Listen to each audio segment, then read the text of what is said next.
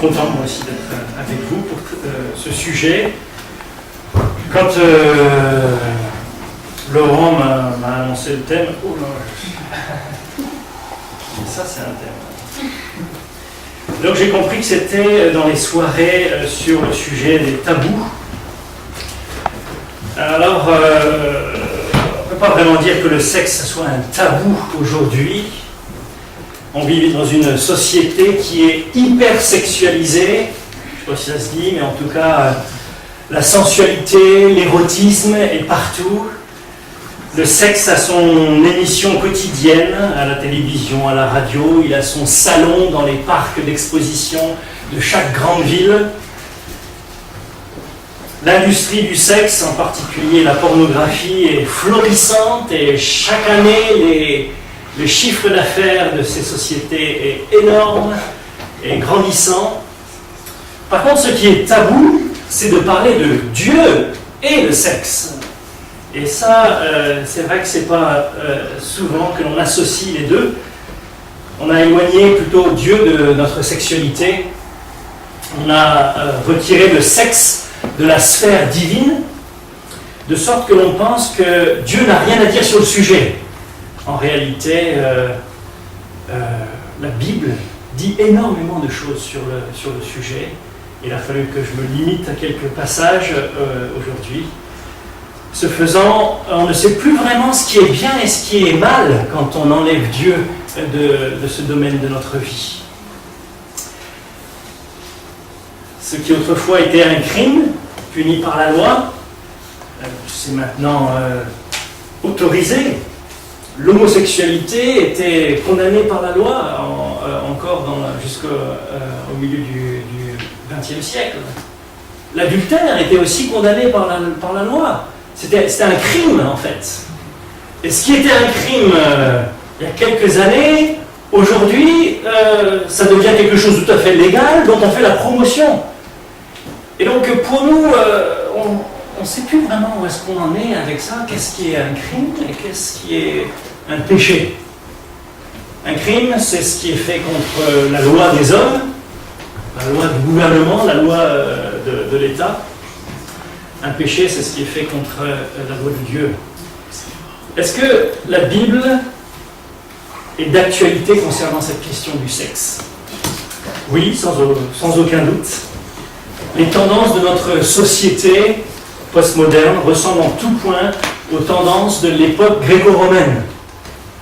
Et l'apôtre Paul a écrit, et si vous avez lu, je vous invite à chercher dans la première épître de Paul aux Thessaloniciens, il a écrit aux Thessaloniciens, et donc Thessalonique faisait partie de cette société, de cette culture gréco-romaine complètement dépravée. Il y régnait la fornication, il y régnait l'adultère, l'homosexualité, y compris la pédophilie. L'époque gréco-romaine n'a pas bénéficié de ce comme notre époque, de l'influence du christianisme. Donc il n'y avait aucune base, aucune retenue, c'est-à-dire dans les lois grecques, il n'y avait rien pour condamner les égarements sexuels. Et donc pour les Thessaloniciens, les péchés sexuels, c'était leur environnement quotidien. Et voilà pourquoi lorsque l'apôtre Paul et Silas et Timothée y ont implanté une église dans cette ville de Thessalonique par la prédication de l'évangile, beaucoup ont été délivrés de cette société captive de la pornographie, de la débauche. Le passage des ténèbres à la lumière exigeait de rompre avec leur passé, avec leurs vieilles habitudes, et échapper à la pression exercée par la culture ambiante. En fait, c'est tout comme nous. Quand on se tourne des ténèbres à l'admirable lumière que l'on trouve en Jésus-Christ, il nous faut rompre avec un mode de pensée, avec une culture ambiante, avec une pression, avec une philosophie de vie complètement autre. Alors, en 1 Thessaloniciens chapitre 4, je voudrais lire les versets 1 à 8. Et on va essayer de méditer sur ces versets. Écoutez bien. Au reste, frères, puisque vous avez appris de nous comment vous devez vous conduire et plaire à Dieu, et c'est là ce que vous faites, nous vous prions Et nous vous conjurons au nom du Seigneur Jésus de marcher à cet égard de progrès en progrès. Vous savez en effet quel précepte nous vous avons donné de la part du Seigneur Jésus. Ce que Dieu veut, c'est votre sanctification. C'est que vous vous absteniez de la débauche. C'est que chacun de vous sache posséder son corps dans la sainteté et l'honnêteté, sans vous livrer à une convoitise passionnée comme font les païens qui ne connaissent pas Dieu. C'est que personne n'use envers son frère de fraude et de cupidité dans nos affaires, parce que le Seigneur tire vengeance de toutes ces choses, comme nous l'avons déjà dit et attesté. Car Dieu ne nous a pas appelés à l'impureté, mais à la sanctification. Celui donc qui rejette ces préceptes ne rejette pas un homme, mais Dieu qui vous a aussi donné son Saint-Esprit. Ce soir, je voudrais qu'on regarde le créateur du sexe, la perversion du sexe et la protection du sexe. Essayez de garder ces pensées-là dans un coin de votre tête. Le créateur du sexe. Qui est le créateur du sexe? Qui est l'inventeur du sexe? C'est Dieu. Et quand Dieu a créé, comme tout ce qu'il crée, c'est bon, c'est parfait, ça ne peut pas être amélioré. Il l'a donné pour le plaisir et le bonheur de l'homme et de la femme, pour exprimer l'intensité de leur amour. J'aimerais vous lire quelques versets. Il y en a, les premiers se trouvent dans les Proverbes, Proverbes chapitre 5. Ça, c'est un des versets qui m'a convaincu d'épouser mon épouse. Je l'ai connue en 3e. Et voilà, je lis à partir du verset 15. Proverbe 5, 15, il est dit « Bois les eaux de ta citerne, les eaux qui sortent de ton puits. » Ici, l'image, c'est l'épouse qui est une source rafraîchissante pour son époux. Tes sources doivent-elles se répandre dehors? Tes ruisseaux doivent-ils couler sur des places publiques? Qu'ils soient pour toi seul et non pour les étrangers avec toi. Que ta source soit bénie et fais ta joie de la femme de ta jeunesse. C'est ça qui m'a touché. Biche des amours, gazelle pleine de grâce, sois en tout temps enivré de ses charmes, littéralement de ses seins, sans cesse épris de son amour. Et pourquoi, mon fils, serais-tu épris d'une étrangère et embrasserais-tu le sein d'une inconnue? Car les voies de l'homme sont devant les yeux de l'Éternel qui observe tous ses sentiers. Je veux relever ici plusieurs choses, notamment le verset 18, il dit « Que ta source soit bénie ». Et c'est ce que Dieu dit. Il dit, voilà, dans la relation amoureuse, dans la relation sexuelle, ce que Dieu veut, c'est qu'il y ait sa bénédiction. C'est-à-dire qu'il y ait l'abondance, qu'il y ait la grâce de Dieu, qu'il y ait sa bonté qui soit manifestée dans toutes ces choses-là. Il dit, voilà, fais la joie de la femme de ta jeunesse, biche des amours, gazelle pleine de grâce. Et puis aussi, il dit, verset 21, car les voies de l'homme sont devant les yeux de l'Éternel qui observe tous ses sentiers. J'aime bien cette expression-là, c'est que Dieu, il s'intéresse à tous les domaines de notre vie. Il n'est pas juste intéressé par ce que l'on fait le dimanche matin. Non, il se plaît beaucoup à ce que l'on fait le samedi soir, mardi soir, tous les soirs, tous les jours. Et Dieu, il veut avoir accès à tous les domaines de notre vie. Et notamment le domaine de notre relation amoureuse, de la relation avec le sexe. Et puis un autre passage dans le Nouveau Testament, 1 Corinthiens chapitre 7, là encore dans les liens du mariage, chapitre 7, verset 2, je lis « Toutefois, pour éviter la débauche, que chacun ait sa femme et que chaque femme ait son mari. Que le mari rende à sa femme ce qu'il lui doit, et que la femme agisse de même envers son mari, sous-entendu l'offrande de son corps. Ce n'est pas la femme qui dispose de son corps, c'est son mari. De même, ce n'est pas le mari qui dispose de son corps, c'est sa femme. Ne vous privez point l'un de l'autre, si ce n'est d'un commun accord, pour un temps, afin de vaquer à la prière, puis retourner ensemble, de peur que Satan ne vous tente en raison de votre manque de maîtrise. Là encore, il y a des versets magnifiques. Ne vous privez pas l'un de l'autre. Le sexe, c'est pas pour juste procréer, c'est pour avoir du plaisir ensemble. C'est pour manifester notre amour à l'autre. Et le Seigneur, il dit, ne vous privez pas l'un de l'autre. Et si vous devez le faire, ça doit être d'un commun accord, en ayant discuté la chose. Et surtout pour un temps. Pas, bon, on fera l'amour, mais... Non, ça marche pas. En raison de votre manque de maîtrise. Et là encore, on voit la compassion et la grâce de Dieu. Dieu sait exactement ce qu'il y a dans nos cœurs. La difficulté que l'on a à gérer, c'est le désir sexuel. Et il dit donc, ayez chacun votre femme, et puis ne vous privez pas l'un de l'autre. Et puis un autre passage, en fait ce serait tout un livre qu'il faudrait lire, c'est le Cantique des Cantiques. Mais dans le Cantique des Cantiques, c'est un hymne à l'amour.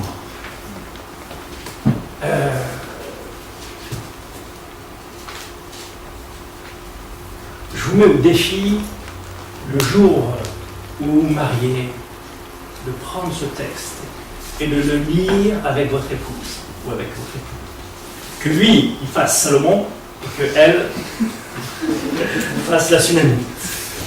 Vous allez voir.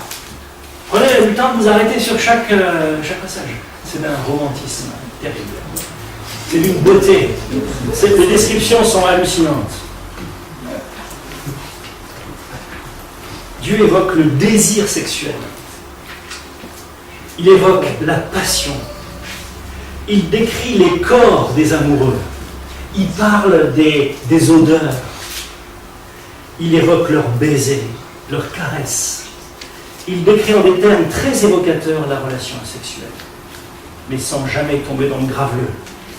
Alors là, non, Dieu n'est pas contre le plaisir sexuel. C'est lui qui l'a créé. Il a créé les organes du plaisir. Il a créé l'homme et la femme pour qu'ils se rendent mutuellement ce témoignage d'amour. Vous avez déjà passé un week-end comme ça dans les montagnes, dans un chalet. Il y a de la neige partout, il fait froid. Et puis là, vous rentrez dans le chalet avec votre femme. Et puis là, vous allumez un feu dans la cheminée. La nuit est couchée, il y a la chaleur de la cheminée, il y a l'odeur du bois, il y a la lumière qui est jaune, qui est chaleureuse, le crépitement du bois. Et là, vous êtes là dans le canapé, dans le fauteuil, les yeux dans les yeux. C'est magnifique, c'est romantique, c'est beau, c'est sécurisant, c'est réchauffant, relaxant, c'est romantique. Maintenant, prenez ce même feu et mettez-le au beau milieu du salon. Au lieu d'être à un endroit conçu pour le recevoir, ce qui était le cas dans la cheminée, ce feu devient tout à coup destructeur. Les relations sexuelles sont comme ce feu. Tant qu'elles sont l'expression d'un amour entre deux personnes qui se sont engagées l'une envers l'autre, elles sont superbes, elles sont chaleureuses, elles sont romantiques. Le cadre que Dieu a donné pour ce feu bienfaisant, c'est celui du mariage, d'un homme et d'une femme. Et si on enlève le sexe de ce cadre-là, c'est comme si on sort le feu de la cheminée. Et donc il y a toutes sortes de déboires, toutes sortes de dangers qui nous menacent.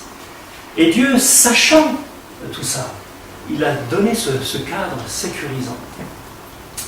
J'aimerais à présent qu'on évoque la perversion du sexe. Quand on écarte Dieu du domaine de notre vie, quel qu'il soit, hein, si vous écartez Dieu du domaine de la gestion de votre argent, vous allez courir à la catastrophe. Si vous le faites, vous sortez Dieu de votre travail, vous allez aussi courir à la catastrophe. Si vous retirez Dieu du domaine de la sexualité, exactement pareil. Vous allez changer une bénédiction en malédiction. J'essaie d'écrire la définition de la débauche. La débauche dans notre passage, comme dans tout le Nouveau Testament, en grec ça se dit porneia, qui est dans les pornographies, porneia. La débauche, la luxure, c'est un désir sexuel qui déshonore son objet et ne tient pas compte de Dieu. Retenez ça. La luxure, la débauche, c'est un désir sexuel qui déshonore son objet et qui ne tient pas compte de Dieu. Dans le verset 4 qu'on a lu là, il dit que chacun de vous sache posséder son corps dans la sainteté et l'honnêteté. Partout ailleurs, le mot là, grec pour honnêteté est traduit honneur. Et je pense que ça rend mieux le sens. C'est-à-dire, la sexualité selon Dieu, c'est rendre honneur à l'autre. C'est faire honneur à l'autre. Donc dans cette notion d'honneur, il y a tout le respect, il y a l'amour qui est manifesté. Et puis il dit aussi qu'il y ait la sainteté, qu'il sache posséder son corps dans la sainteté. Ça c'est la relation avec Dieu, c'est-à-dire en mettant Dieu au milieu de notre pensée, de notre relation. Si vous enlevez Dieu, alors vous n'avez plus que du sexe corrompu, c'est-à-dire vous avez enlevé la cheminée, vous n'avez plus que l'incendie. Et il faut contenir ça et courir dans tous les sens ou sauter par les fenêtres. Il y a Dieu qui a créé le plaisir sexuel, et facilement, quand on enlève Dieu, on tombe dans du plaisir tout seul, qui n'a pas de cadre. Et rapidement, ce désir-là s'avère dangereux. Et il y a 3 dangers quand le sexe devient une idole, quand le sexe est pris au détriment de son prochain et quand le sexe tourne au cauchemar. Je voudrais qu'on regarde ça rapidement. Quand le sexe devient une idole, verset 5, il dit « Sans vous livrer à une convoitise passionnée, comme font les païens ». Donc, dans la pensée de l'apôtre Paul, il dit, voilà, la débauche, la pornéa, c'est la manière des païens. C'est les sans-lieu, c'est ceux qui sont idolâtres. Le sexe peut tellement vite devenir une idole. D'ailleurs, on y sacrifie beaucoup d'argent, on y sacrifie beaucoup de temps, on y sacrifie parfois sa réputation, son honneur, on y sacrifie sa propre famille. C'est une idole moderne qu'on élève dans notre société, comme la statue de Nebuchadnezzar du temps de Daniel, vous vous souvenez de ça, devant laquelle il fallait se prosterner.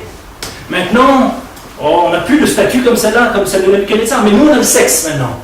Et donc si tu ne te prosternes pas devant le sexe, alors gare à toi, c'est les menaces, la moquerie de celui qui veut rester vierge jusqu'au mariage. Alors là, il se fait chambrer. Il y a un des jeunes qui était dans notre église, il s'est converti et puis il a témoigné dans son lycée. Et puis il a pris position par rapport à ces questions de sexe. Et tout le monde a commencé à chaque fois qu'il y avait une allusion, il avait sur les blouses de physique-chimie, là, on lui avait mis « Je ne baise pas avant le mariage ». Il faut soit se prosterner, soit résister à ça. C'est très difficile. On traite d'intolérants ceux qui sont contre le mariage gay, on les traite d'homophobes. Bientôt ce seront les criminels, ceux qui refuseront de marier, les mères refuseront de marier les homos. Ce seront eux les criminels. On reconnaît une idole la place que, dans notre cœur, une idole, à ce vers quoi nos pensées vont sans effort. Quelqu'un a dit, votre religion est définie par ce que vous faites de votre solitude. C'est intéressant ça.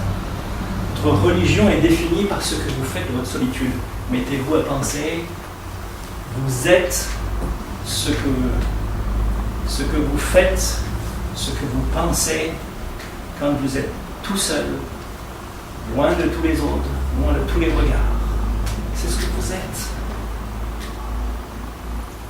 Et dans nos cœurs, parfois on peut distinguer là, oh là là, c'est facile que mes pensées vont, je veux toujours plus d'argent. Ou mon travail. Ou mes enfants. Oh, ça ne veut certainement pas dire que de rêver de temps en temps à ces choses-là, c'est nécessairement un diagnostic d'idolâtrie.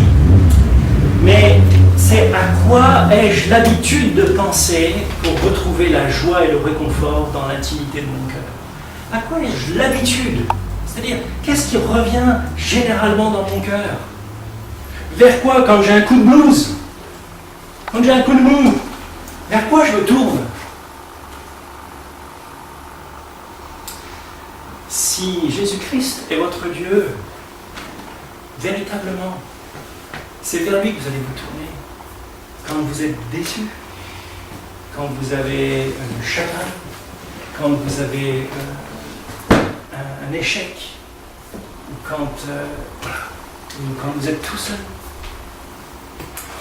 La manière dont nous dépensons notre argent, nous dépensons notre temps, est aussi assez révélateur de nos idoles. Nos idoles génèrent des désirs paralysants et écrasants. Elles produisent de fausses croyances. Par exemple, si je n'arrive pas à telle ou telle chose, alors ma vie est fichue, je ne vaux rien. C'est quand on a placé, par exemple, quelqu'un va dire, si je n'ai pas d'enfant, ma vie est fichue. Si je suis toujours puceau à 25 ans, je ne suis pas un homme. Pas bon. Vous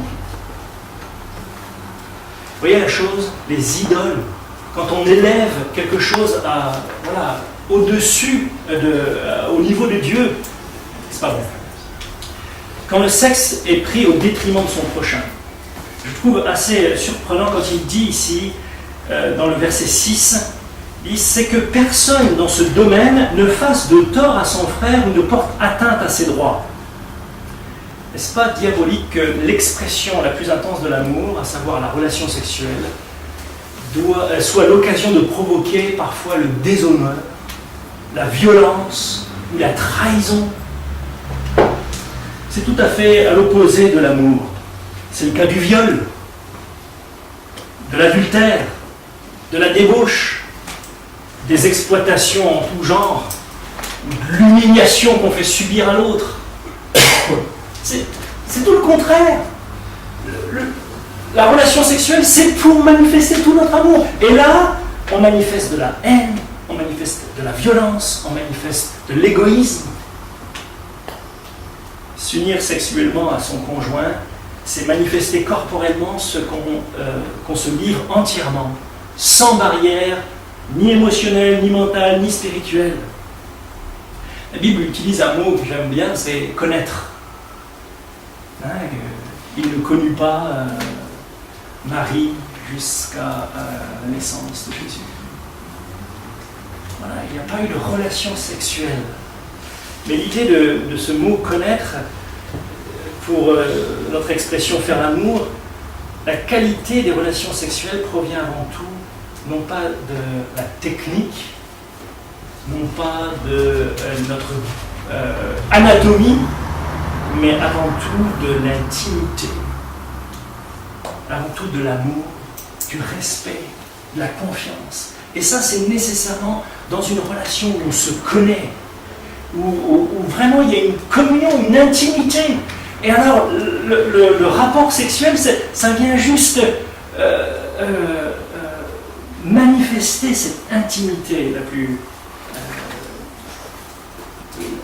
profonde. Et puis parfois le sexe tourne au cauchemar quand il a été perverti.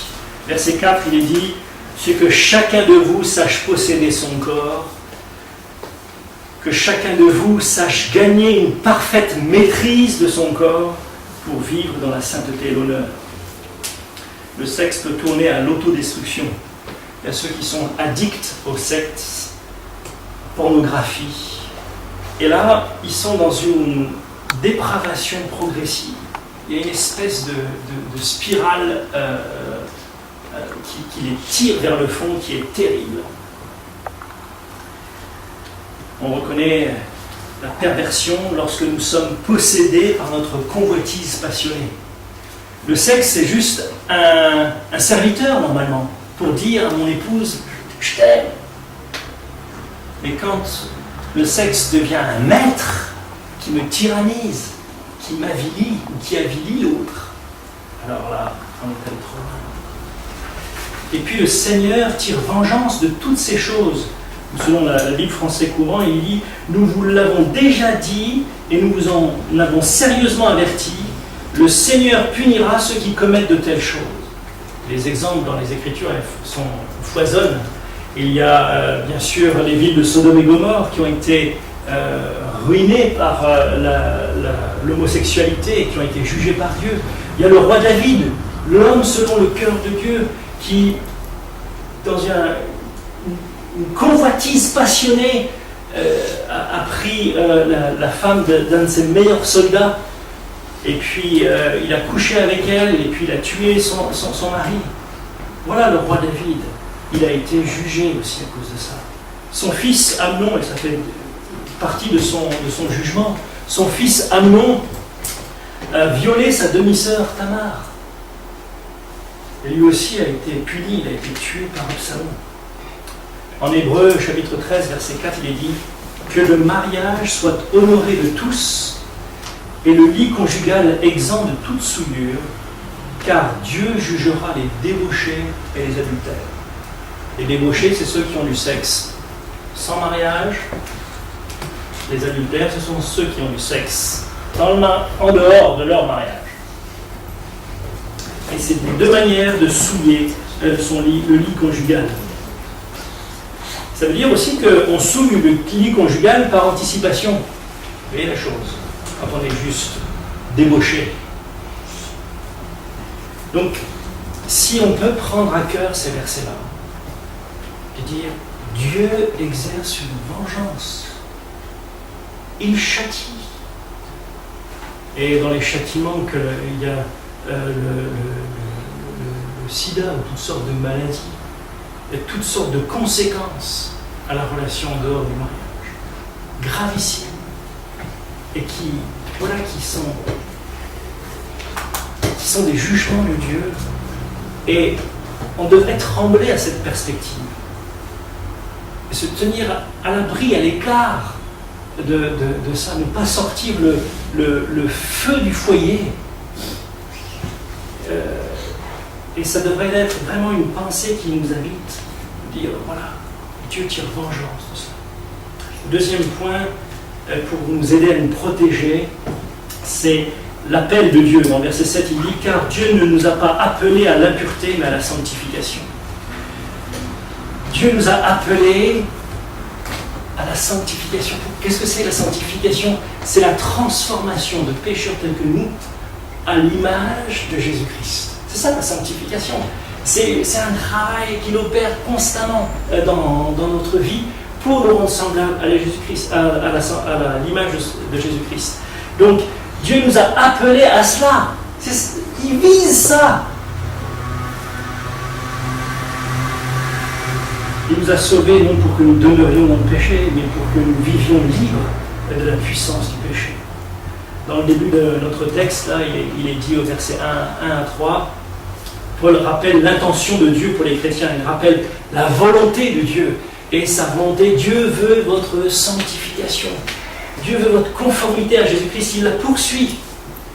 Et particulièrement dans ce domaine-là, il veut cette fidélité. Et il dit, il prie, dit, et je prie, et je vous en conjure. savez quoi? Paul ne parle jamais comme ça habituellement. C'est là, il y a 2 fois simplement, ici une fois, et une autre fois en 2 Timothée chapitre 4, quand il dit, c'est un véritable combat pour le christianisme aujourd'hui en Occident. J'ai lu un petit reportage de chrétiens d'un village d'Égypte. Et ils avaient un thème, c'était l'Occident. Et ils ont écrit à des églises d'Occident en demandant, mais on ne sait pas comment vous arrivez à suivre Jésus-Christ dans un monde hyper sexué comme celui dans lequel vous vivez. On pense, on ne sait pas comment eux ils font de vivre dans un monde où l'islam est partout et oppressant. Et c'est vrai que beaucoup sont persécutés. Mais notre persécution, c'est certainement en partie cela. Notre persécution, c'est en partie cette pression par rapport au sexe. Et Dieu, il nous a appelés, en tant que chrétiens, à un combat. L'apôtre Paul, à la fin de sa vie, il dit « J'ai combattu le bon combat, j'ai gardé la foi ». Le bon combat de la foi, c'est le bon combat pour la sainteté. Quand vous êtes en train de combattre, en train de lutter, de résister, de mettre en place toutes sortes de stratégies dans votre vie personnelle pour gagner cette bataille-là, vous êtes en train de mener le bon combat de la foi. Et prenez courage dans ce combat parce que Christ est avec vous, vous allez vaincre. Et puis la dernière pensée, c'est verset 8. Il est dit, celui donc qui rejette ses préceptes ne rejette pas un homme, mais Dieu qui vous a aussi donné son Saint-Esprit. Et la protection, c'est aussi le Saint-Esprit. Le Saint-Esprit. Vous ne pouvez pas rejeter cet engagement à combattre l'inconduite sexuelle et plaire à Dieu et vivre dans la communion avec le Saint-Esprit qui nous a été donné pour nous convaincre de ces choses particulièrement. Le Saint-Esprit nous convainc de péché, il nous pousse à la repentance. C'est ce que David a fait, et c'est ce que les Corinthiens aussi ont fait. En 1 Corinthiens 6:11, il est dit, après avoir dit les efféminés, les homosexuels, les idolâtres, les débauchés, les adultères, n'hériteront pas le royaume de Dieu, et il dit, et c'est là ce que vous étiez, quelques-uns d'entre vous, mais vous avez été lavés. Mais vous avez été sanctifiés. Mais vous avez été justifiés au nom du Seigneur Jésus et par l'Esprit de notre Dieu. Vous savez, c'est ça qui est merveilleux, c'est que quand on se tourne vers le Seigneur, qu'on vient vers lui en lui disant, Seigneur, je te demande pardon, ma vie de débauche, le Seigneur, il nous pardonne à cause de son sang qui a été répandu. Et puis, il vient habiter dans notre cœur par le Saint-Esprit. L'Esprit de Christ, l'Esprit de sainteté, il vient habiter dans notre cœur. Et c'est pour ça qu'il nous demande de tenir bien notre corps, parce que Dieu vient habiter dans notre vie, dans notre cœur. Alors, il faut détrôner l'idole par l'adoration du Dieu véritable. C'est cela notre combat.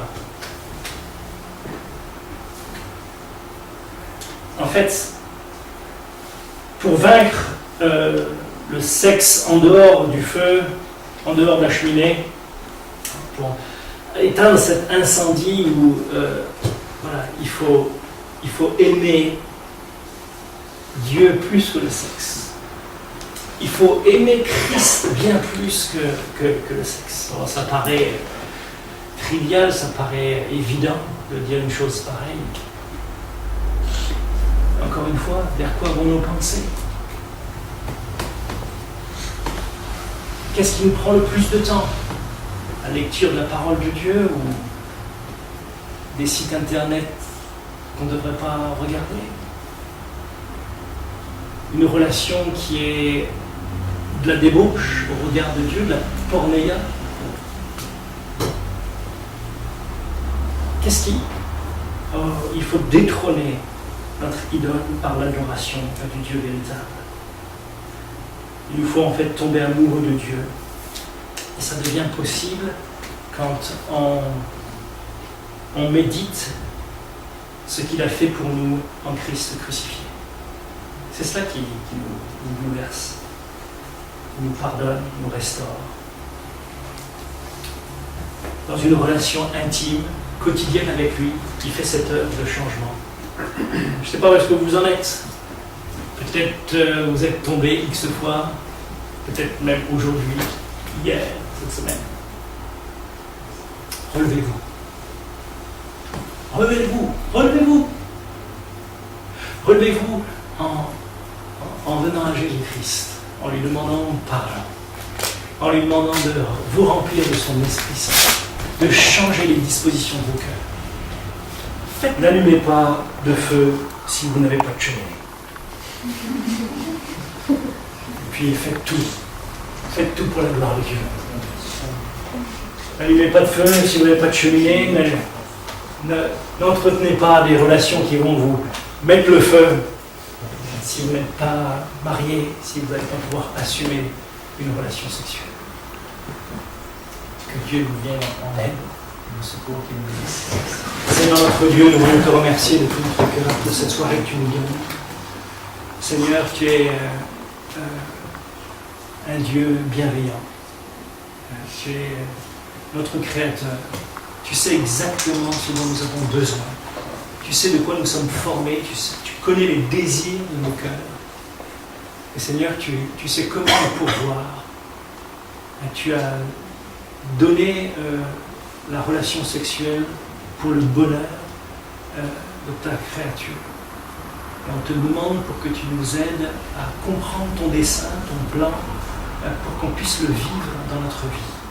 Nous te demandons que tu nous secours dans ce domaine pour mettre tes préceptes à l'honneur, pour être de ceux qui croient à ce que tu dis, pour être un témoignage pour notre entourage, pour amener d'autres à la connaissance de Jésus-Christ. Pardonne-nous, Seigneur, chaque fois qu'on est tombé, Seigneur, d'une manière ou d'une autre. Merci parce que tu pardonnes nos fautes. Parce qu'à cause de Jésus-Christ, eh bien, tu les effaces. Puis tu nous restaures. Et tu as dit que tu nous avais lavés, tu nous avais sanctifiés, tu nous avais justifiés, déclarés justes. Merci, Seigneur, parce qu'on peut vivre en paix. Merci parce que tu es un Dieu qui est merveilleux, qui vaut mieux que tous les plaisirs de ce monde. Par Jésus-Christ. Amen. Amen.